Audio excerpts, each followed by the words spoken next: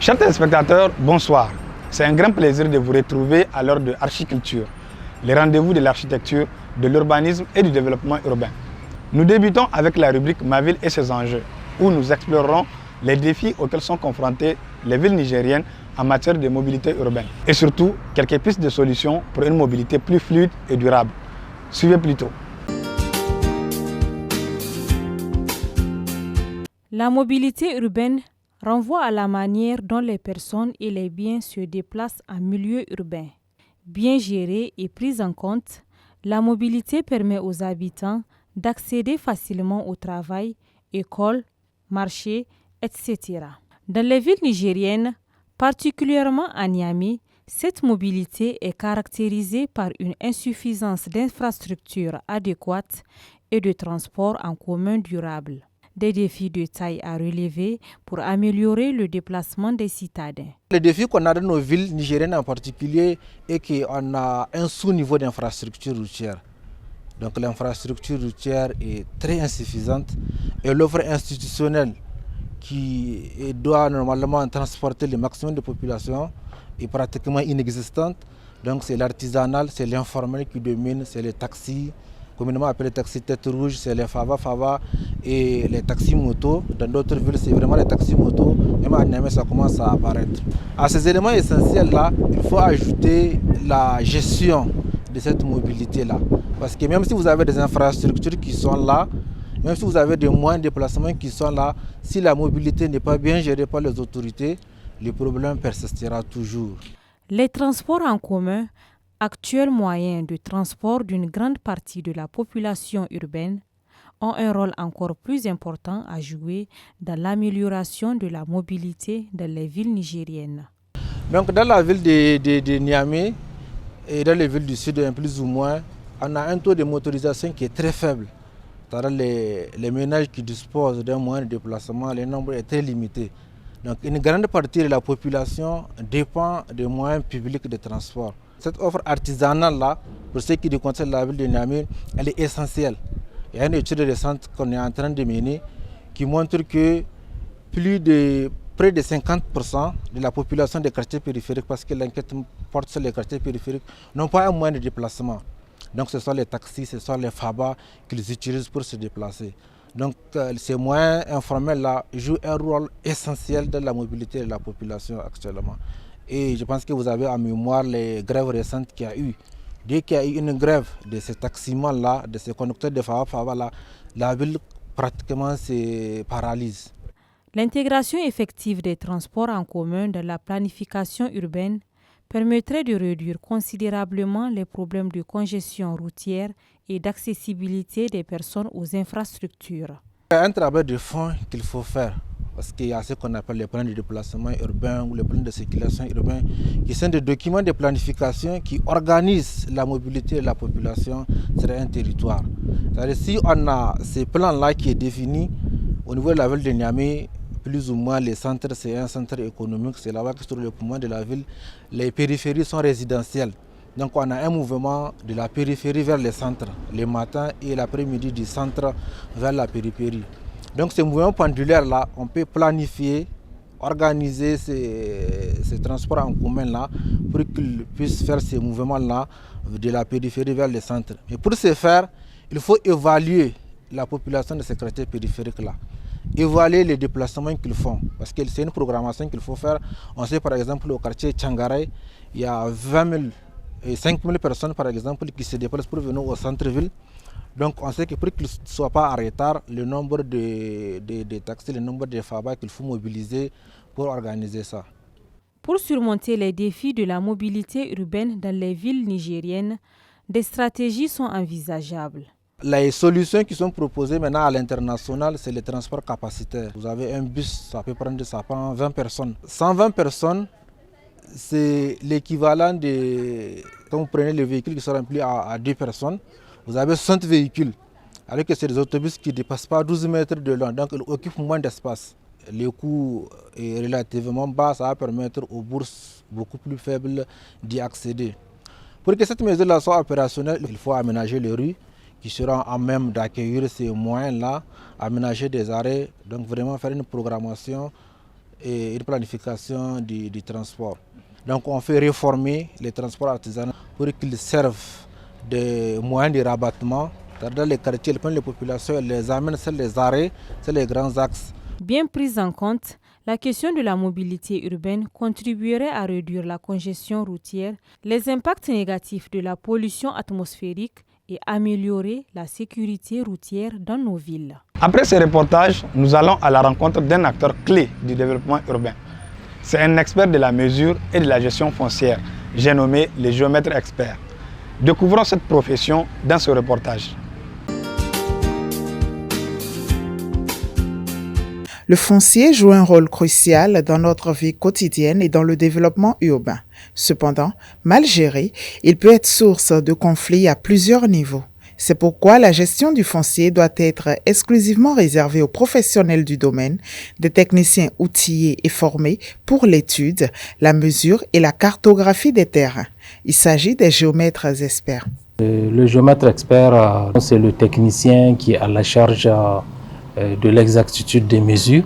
Donc tout ce qui est état de lieu de cet espace-là, le rapporter tel qu'il est pour les projets d'infrastructure, mais aussi donc la garantie de la propriété donc du foncier. Le géomètre donc se trouve à l'avant-garde donc de tout ce qui est foncier, donc qui concerne la mesure et l'exactitude de ce foncier-là. Au-delà des tâches énumérées, le géomètre est un acteur clé dans l'implémentation de tout projet d'infrastructure et d'ingénierie à travers diverses interventions. Donc d'abord, c'est le géomètre qui fait l'état du lieu, donc ce levé topographique là qui puisse permettre de faire le projet de toute infrastructure, de toute œuvre qui va se faire.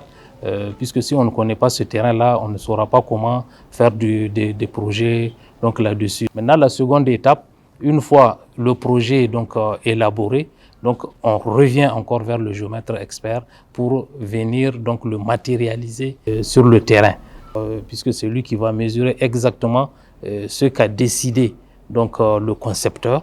Et maintenant au géomètre donc de le mettre exactement selon la mesure que le concepteur donc a voulu. La dernière étape, si c'est l'immobilier, en général, donc le géomètre intervient dans la gestion de cet immobilier-là, donc par les différentes expertises donc qu'il va apporter, notamment pour ce qui est des évaluations des différentes valeurs de cet immeuble donc qui est là. Aujourd'hui, les voies d'accès vers ce métier sont nombreuses et variées. Plusieurs spécialités conduisent à la profession de géomètre. Donc d'abord, il faut avoir une formation universitaire donc de niveau bac plus 5 dans les spécialités du domaine du géomètre. Donc il y a plusieurs spécialités, la topographie, la photographie aérienne, donc les systèmes d'information géographique, la géomatique, la géodésie, la cartographie. Donc ce sont ces spécialités-là qui dépendent de l'activité donc du géomètre. Et maintenant, même ça, on ne devient pas géomètre automatiquement. Donc là, vous êtes tout simplement ingénieur. Après la formation académique, l'expertise dans le domaine est complétée sur le terrain, suivant un processus bien défini par la loi. Pour prétendre donc être géomètre, donc il faut passer un stage dans un cabinet de géomètre expert qui est là. Et là, au cours de ce stage-là, donc le jeune qui vient sorti fraîchement de l'école va acquérir des expériences en matière de gestion du foncier notamment et connaissance des problèmes des textes juridiques qui entourent le foncier. Et à l'issue de cela, s'il demande son inscription donc au tableau de l'ordre des géomètres experts, on l'inscrit. Et après cette étape-là, donc il va demander un agrément cet agrément-là, il est individuel. Donc il faut que le ministère de l'urbanisme certifie que réellement qu'il est géomètre. Et nous, avec cet agrément individuel et tout, le dossier constitué, donc nous envoyons tout ce dossier au ministère de la Justice qui transmet l'ensemble du dossier et avec une requête de prestation de serment au niveau de la cour d'appel. Maintenant, le jour où il prête serment devant les juridictions, c'est ce jour-là seulement que cette juridiction le renvoie à l'exercice de sa profession. Question d'employabilité, le domaine offre de nombreuses opportunités pour les jeunes diplômés au vu de l'importance de cette expertise sur tout projet d'infrastructure. Le géomètre, en fait, ce n'est pas un métier où on peut venir chômer. On ne peut pas être géomètre normalement et puis dire qu'on est au chômage. En tout cas, s'il y a les activités d'infrastructure qui sont dans le pays. Le foncier, c'est quelque chose qui est exclusivement réservé aux géomètres. Donc, si tu n'es pas assermenté, vous ne pouvez pas toucher aux délimitations foncières.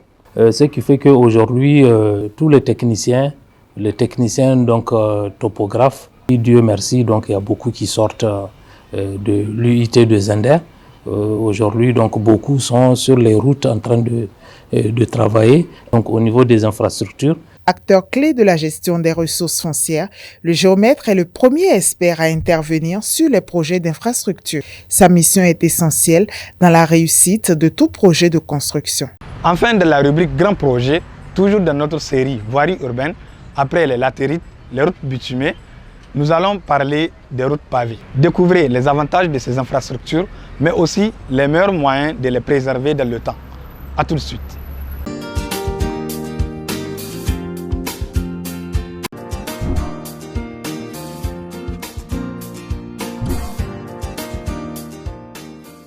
Les pavés, c'est en fait un bloc de béton, donc composé de gravion, de sable, de ciment et de l'eau. Donc on les fabrique sous la forme voulue, quoi. Que ça soit en carré, que ça soit en trèfle. Donc c'est ça les pavés. Et c'est des choses qu'on utilise effectivement pour faire la couche de roulement. C'est-à-dire on les pose sur la couche de fondation, et donc en surmontant un lit de sable pour mieux poser et niveler.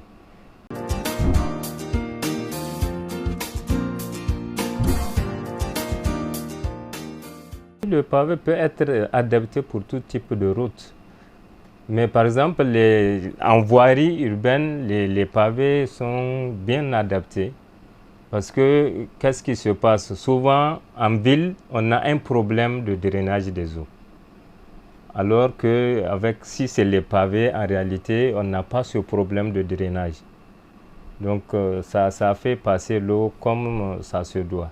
Il suffit juste d'avoir des exutoires pour pouvoir évacuer les eaux hors de la chaussée.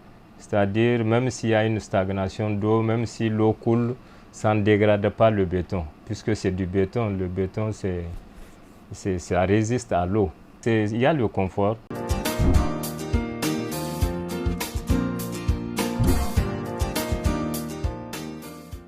Si c'est les pavés, par exemple, où il y a des gros porteurs, par exemple, l'épaisseur des pavés dépasse largement les zones où c'est peut-être juste le trafic moyen qui passe. On doit faire le dimensionnement en conséquence, en tenant compte effectivement de ces gros porteurs. Donc, généralement, les dimensionnements tiennent compte effectivement du trafic.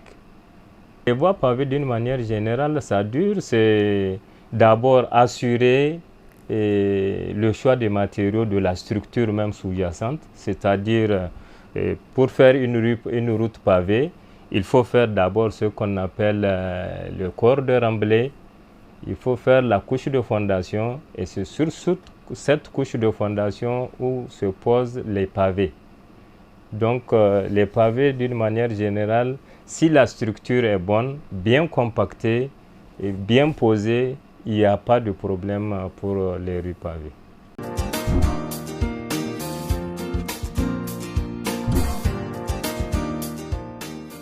Des moyens d'éviter ça, c'est faire confectionner les pavés avec des matériaux sélectionnés. Parce que les matériaux qu'on utilise pour la composition des pavés, il faut que ça soit rigoureusement contrôlé. Donc, du point de vue géotechnique. Donc, même si parmi les éléments des pavés, il y a des cassures, l'idée veut vraiment qu'on les change automatiquement. Autrement dit, si un des pavés saute, ça veut dire que ça va entraîner effectivement les autres, puisque c'est un système de calage. Donc, vous voyez, l'entretien même consiste, dès qu'un pavé saute ou bien se casse, il faut la remplacer. C'est mieux indiqué que de laisser, sinon ça va s'accentuer et puis ça va se dégrader. Chers téléspectateurs, ici prend fin ce numéro de l'émission Archiculture de ce soir. On se retrouve dans 2 semaines pour le prochain numéro. Vous pouvez retrouver toutes nos émissions sur les réseaux sociaux à travers les adresses qui s'affichent en bas de votre écran. On se dit à très bientôt.